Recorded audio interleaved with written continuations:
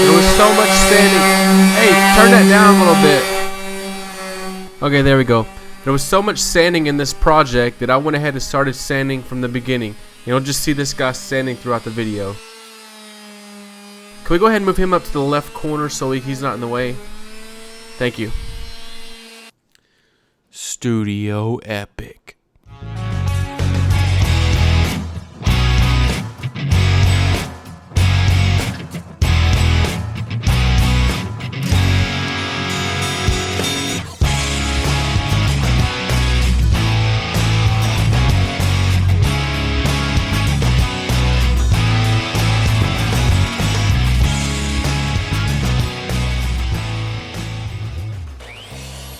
What you see going on here is I purchased 2x4x12s and now I'm cutting them down into a little over 18 inches long.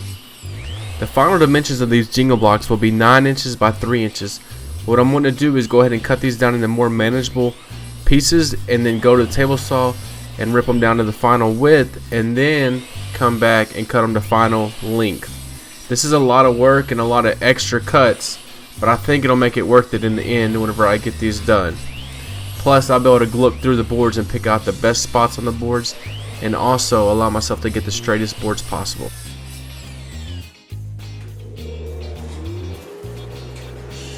In this stack here I have 42 boards, which is at 18 inches long, which if you translate that, that'll be 84 Jenga blocks, which is 30 more than I need.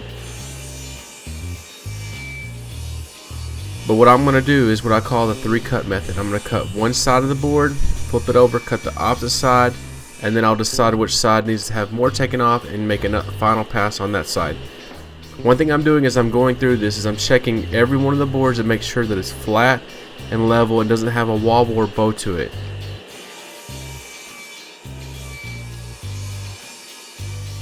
Some of the boards I could tell weren't very flat, and you'll see me occasionally check one like right here and I see it's not flat, so I'll put it to another pile. Pass number 2, we're going to take off a little bit more, but we'll take off the most on pass number 3. After the first pass through all the boards, I eliminated 6 of the boards, which is 12 blocks, because they were not flat on the bottom and they wobbled. So make sure if you're doing this project you cut some extra boards so that you won't be stuck at the end not having enough blocks.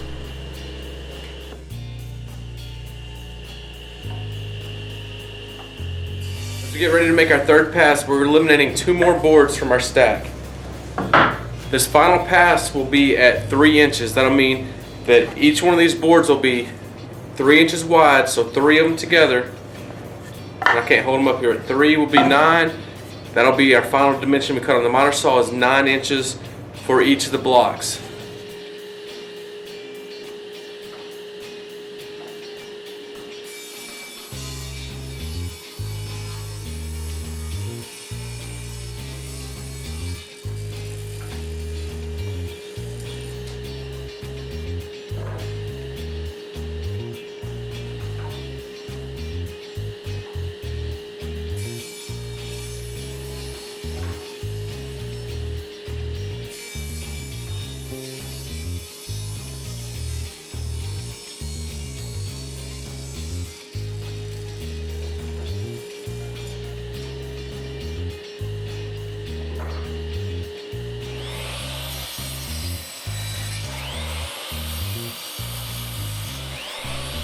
Now I'm cutting these all to the final length of 9 inches. So these will be 3 inches wide, 9 inches long, and 1.5 inches tall. Lots and lots of cuts. In fact, I think I cut in the 60s of these blocks. I ended up only having 54 when I get completely finished, but I wanted extras in case there was something that went wrong.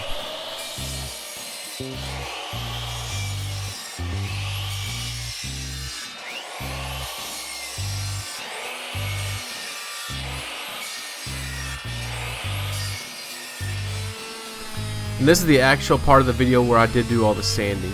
I sanded each block twice. The first time I sanded about 150 grit.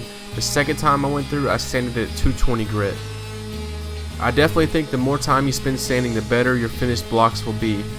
When I got finished with these they slid very well, especially once the finish was applied.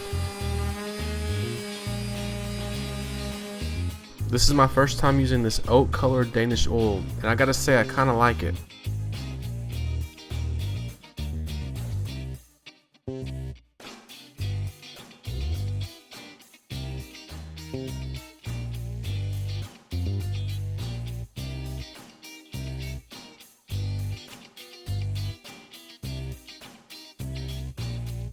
Once these dry, I think they're gonna be really nice. You can see that this is gonna have a nice finish. It's gonna be smooth, and I'm really excited to see how well these slide.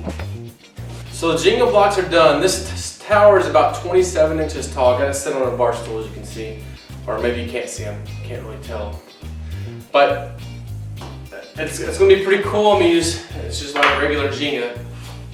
I mean, if you play Jenga with the little ones, you can play Jenga with the big ones. So thanks for checking out my next project as we build this Jenga set. If you like this video, chances are you might like some of my other videos, so why don't you subscribe so you can see what other videos I have on my channel.